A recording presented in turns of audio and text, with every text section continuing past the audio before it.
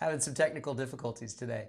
But my name is Patrick Mather, and I'm the founder of SpendLogic, and I'm looking forward to talking to you today about low price competitions.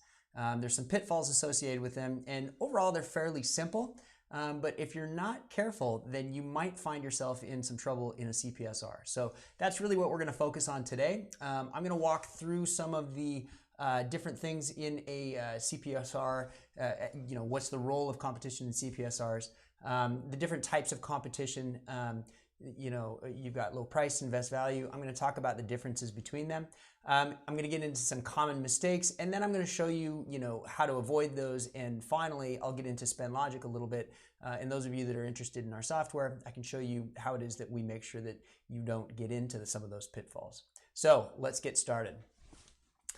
The first thing is I want to talk to you a little bit about SpendLogic. So what we do is we help government contractors with their CPSR compliance. The way we do it is we have software that basically is TurboTax for price analysis. It also includes commercial items and source justifications.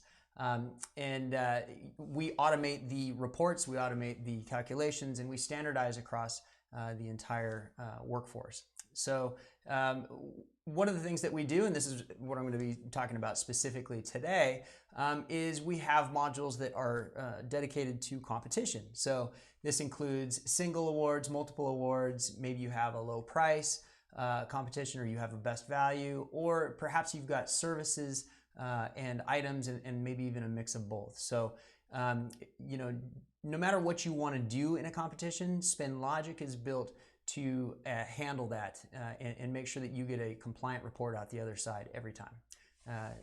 So what I want to do is first start off with the role of competition in CPSRs. How is it going to come up? What does that look like? So first and foremost, if you're logging into this and watching this, you probably know that there is a stated preference for competition in the FAR. And this is a pretty easy thing to understand. As a procurement professional in the industry, you know that competition is the best way to make sure that you get fair and reasonable pricing every time. Competition makes sure that your suppliers keep their pencil sharp, and that it's not something that's so specialized that they can charge anything they want. That's a particular problem in government contracting, as you all know. So if something's very specialized and you can't compete it, then the price is kind of what they say the price is going to be. So again, making sure that you get that competition is going to make sure that you get that fair and reasonable price every time. What they're going to be looking for is that 60%-ish. I mean, there's nothing written, but if you have about 60% of your transactions being the result of competition, then you're going to get a passing grade as far as the level of competition that you're doing. On the other side of things, if you have lower than that, it depends on how low. If you have zero competition, if everything is done non-competitively, then you could get a significant deficiency, a significant finding that would cause a lot of pain and heartache for you. So you want to make sure that you have somewhere around 60%. That's really what you should strive for. That's the easiest way to get a pass on that. So also, once you pass that 60%, the CPSR team is going to say, okay, great, you do a lot of competition, but let's make sure that it's adequate, okay? And why do they have to do that? Well, so competition, when it's adequate, and again, there's a couple of things we can talk about regarding, what is adequacy. But if they determine that it's adequate, then it implies price reasonableness, okay? If you don't have adequate competition, you've got some ringers thrown in there or something, then your price that you get out of it isn't necessarily reasonable. And the reason that that's really important, having adequate competition, is that last bullet on the screen, the exception to TINA. So most of you probably know that TINA, the Truth in Negotiations Act, which is now actually the Truthful Cost or Pricing Data requirement, doesn't roll off the tongue quite as well. But anytime you have a procurement over $2 million, what you need to do is obtain certified cost or pricing data. That includes a lot of work, all right? You've got to do a cost analysis. You have to get that certification. You're going to have to go through all of their accounting system and all their bids, all of their labor hours and everything that's included in their bid. So the way to get out of that is competition. But the DCMA says, oh, wait, not just any competition, okay? it needs to be adequate. So the easiest way to think of this is to say, okay, you got more than one bidder and they are reasonably suspected or expected to provide a bid that is going to fit the needs stated in the RFP or RFQ. So adequacy is a big deal. Those are the two biggest things they're going to check regarding competition. Now, if you're not competing, there's other things that are rolled in. You've got source justifications, non-competitive source justifications. So that's something else. If you don't compete, you've got to do that, and they're going to dig deeper into those. So again, if you conduct adequate competition, you're going to get yourself out of a lot of work. So there's a couple of different types of competition, and what we're really going to be talking about is LPTA here today. LPTA is low price technically acceptable. Okay. The other flavor is best value. Now, I'm not sure that best value is actually called a best value. It's really just other than, it's awarded on factors other than price, okay? So that's gonna be the source or the subject of another webinar. We're gonna do that in about 2 weeks from now, so check back to watch that. But right now we're gonna focus on low price. So the basic idea behind low price is the source selection is, everybody is, they state their qualifications based on a pass-fail. So they either meet the requirement or they don't meet the requirement. There's nothing that says, oh, they meet the requirement better than the other person or a little less than. It's basically a 0 or a 1. It's binary. Second, the proposal approach. So it's basically check the boxes, tell us if you hit it, and then give us your price. Okay, so there isn't a whole lot of meat that goes into this thing. So if you're truly doing low price award and you're not doing best value, you're just taking price into consideration, then this is what it's going to be like. It's very simple, it's very straightforward, but there are opportunities, as I'm about to show you, for ways to kind of mess it up and get yourself some findings. So some common mistakes that lead to findings. These are the top ones that we've seen. Okay, there's lots of ways to kind of make a mess of this thing, but there's also a lot of ways that you can, get it right. Most people, I think, get it right, and if they don't, they typically go through, a CPSR and then they right the ship and things are good.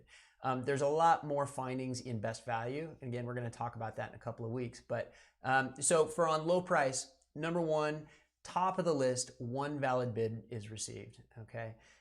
This is still coming up. The FAR has been changed, all right? If you get a single bid, even if you expected competition and everybody, suspected that this was a competitive award, that no longer cuts the mustard. It used to be that you could just document it that way and competition counted.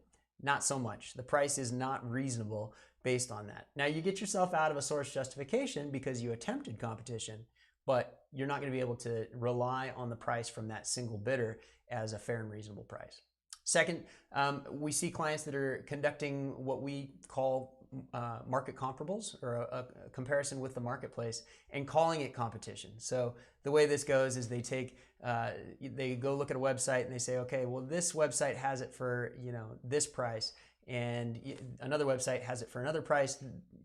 Website A is lower, therefore, based on competition, it's lower. Not necessarily the case, and it's going to get scrutinized. Another favorite of these is to have somebody actually provide a bid and then go out and find bids online or prices online to compare that to and call it a competition. Again, it doesn't work. It's going to be a finding, and I'll get into how you can fix that.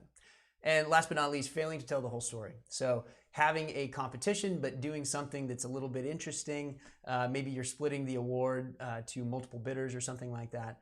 The procurement file doesn't tell the whole story, so it leaves the reviewer to kind of scratch their head and determine for themselves what happened, and the story gets jumbled. They don't like to, in fact, they won't try to determine what happens. They just give you a finding. So I'll talk to you about that as well. First of all, let's jump into one valid bid received. So the best way to, a step that you can take today, the best way to remedy this is to update your policies and procedures. So FAR 15403-1 now states that a price is adequate, is based on adequate competition when 2 or more reasonable offers, are received. So again, if you relied on this in the past, and a lot of people did, myself included, not to age myself, but I was part of that crew that grew up kind of doing it the old way. And old habits die hard, right? So you've got to update your policies and procedures, and not far behind that, you need to go back and train your employees, all right, as well as your compliance reviewers. So you should have a couple of stops so that this doesn't show up. Make sure that your forms are updated. So the name of the game here is just make sure that you're up to date with the latest requirements in the FAR and what's going on in the industry. Next, so a step when you have the market comparables versus competition issue. So you've got, you're calling things competition when they're not really. There's a couple of ways to combat this, right? The first is to modify your RFPs and RFQs to state that it's going to be at a competitive award. So this is really foundational. Anytime that you run a competition, it should really say it in your RFP or RFQ. What this is going to do is it's going to trigger a certain response in your bidders. They're going to say, oh, this is a competitive award, this isn't single or sole source, so I really need to make sure that I have my most competitive pricing included here. Now, there is a pitfall associated with this. We have seen some people that go ahead and just put it in everything and say, well, I'm going to try to get the best result that I possibly can right off the bat from everybody, so I'm going to call everything a competitive award, even if it's not. The problem with this is that, number one, if a CPSR reviewer looks at this and they see that you have competition slapped all over it when it's not actually a competition, they're going to say that your approach, your company's approach to competition is insufficient. And they're going to give you a finding around that. Number two, your bidders are just always going to know that, okay, they say it's competition, but it's not really. So the effect kind of wears off. It's like the boy who cried wolf, right? Then when it comes time to really have a competition, you're not going to get the effect of that competition because you've always done it in the past. So, make sure that you put it on there, but only when it's necessary.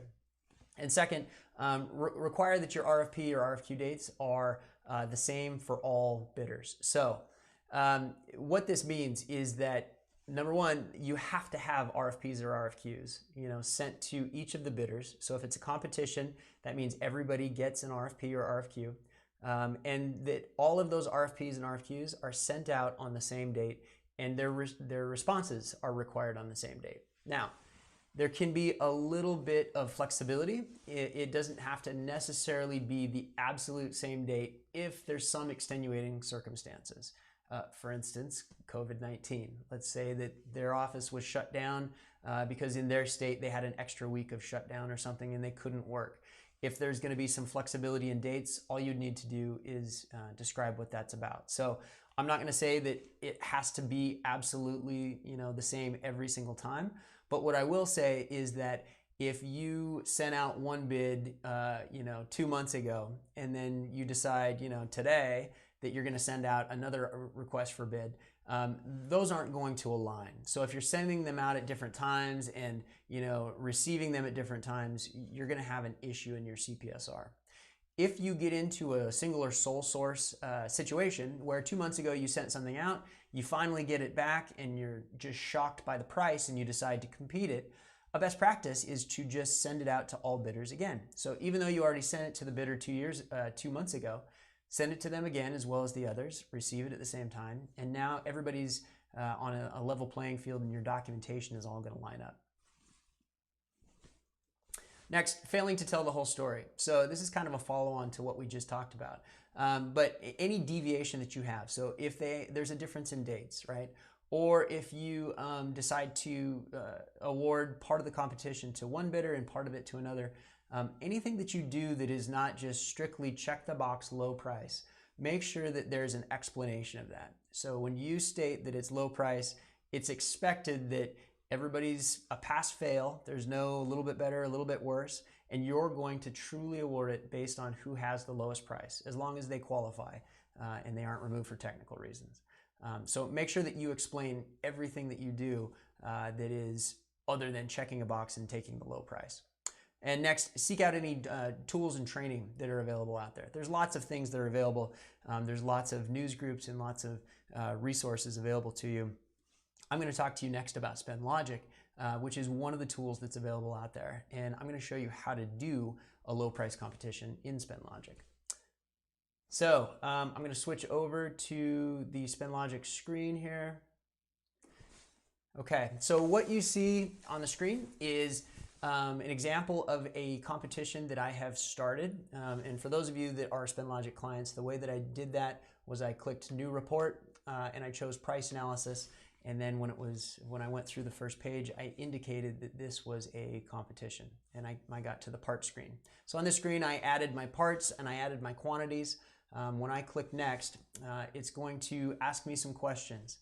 Now, SpendLogic really helps tell the story, and we include some compliance flags along the way, like the things that I just talked about. So the first question that you're going to be asked on the screen is here. The RFP or RFQs were sent to bidders on, and you get to choose. Is it the same date or different dates? Based on what I just told you, for adequate competition, you're going to understand that, okay, this could be a finding in a CPSR. If I have different dates, SpendLogic is going to ask me how I want to proceed. It's going to allow it. So again, if I have a minor difference in dates that I've required, maybe there's a week and there's a good reason for it, then SpendLogic is going to give me the opportunity to continue forward. However, it's going to make it a little difficult for me, and it's going to try to weed out those cases where it's truly a market comparables type analysis. So I'm going to go ahead and say the same date. The next box is the same question, but the responses. Are the responses required on the same date or different dates? And again, if you were to choose different dates, you would get the same boxes and additional explanations required. I'm going to say same date. As we continue on, we see that the next thing that it asks for is, what's your flavor of competition? And in this case, it's low price technically acceptable, so LPTA. But I could also do a best value, and the screen would change. And we'll get into that next time. But for now, I'm going to keep it on low price, and I can either award to single or multiple awards. In this case, I'm going to say a single award, but you can always come back. You can do a sensitivity analysis and break it down into multiple awards. You can do a partial award. There's lots of different ways to do it. We have specific how-to videos published out on our website if you want to see exactly how to do any of those. Or you can reach out to us at info@spendlogic.com at any time. So as I click Next, what I'm going to see is that I get a competition bid table. All right.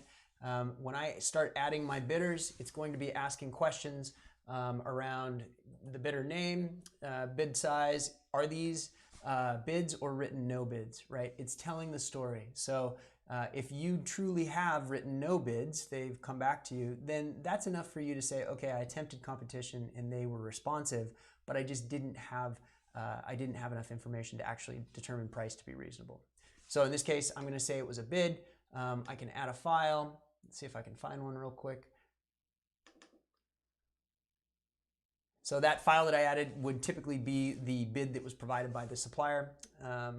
And then was this bid considered in the competition? You can say yes, or you can say that no, I removed it for technical reasons, or it was outside of the competitive range. So again, it's helping you make sure that you tell the full story of what actually happened. So I'll say yes in this case, it was considered. Then I'm going to get into my bids. I included two on the parts tab. I included two parts. So this is part ABC 1234, and I'll tell it that I wanted it at $500 a unit. And the next one was part Z2, and I'll tell it that I wanted this at $300 a unit. Once I've done that, I can see that I have a single bid in the system. But if I was to scroll down and try to continue, I can see a big red box. Okay, and what that big red box says is, hey, you've only got one bid. So this is one of those pitfalls that I just talked about.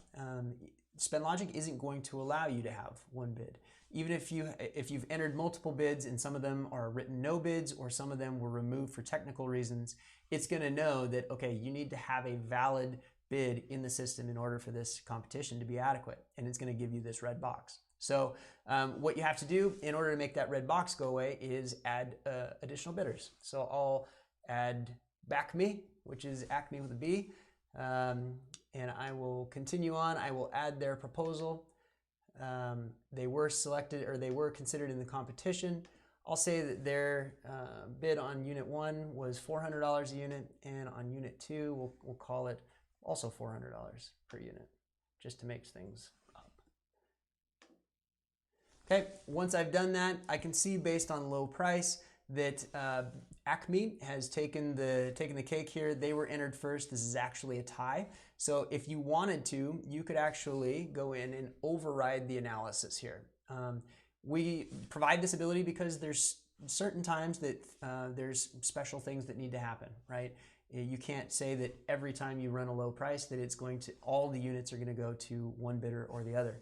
If you were to click on override, you could assign some of those units to another bidder, or you could go ahead and just keep it as is. Once I type my supplier's name in there, I find Acme, they're in Florida. We preload all of the suppliers into the database, so it's already going to be in there. Then I have an award summary. This is your opportunity to tell the details of anything special that's happening. So if there's anything out of the ordinary, like I said, if you're not just checking the boxes and walking through it, and if the auditor is going to be kind of curious about how things happened based on what you've documented, then you can go ahead and input it here. In this case, I'm going to say next. I get to the risk check. I have no warnings. So I can continue on, and then I'll finally get to the download report screen. At that point, I can download a pre-formatted report. I'll show you what that looks like. It actually downloads as a zip file, so it would include all of those documents that I uploaded into the system. I'm going to just open the Word document so you can see what this looks like. This is the actual report that we just created. You can see that there's a lot of information in here that we did not pull in. It's going to be pre-formatted by SpendLogic. There's our bid table. There's some notes, not a low bid at total procurement value, and it shows that we gave everything to Acme Metals.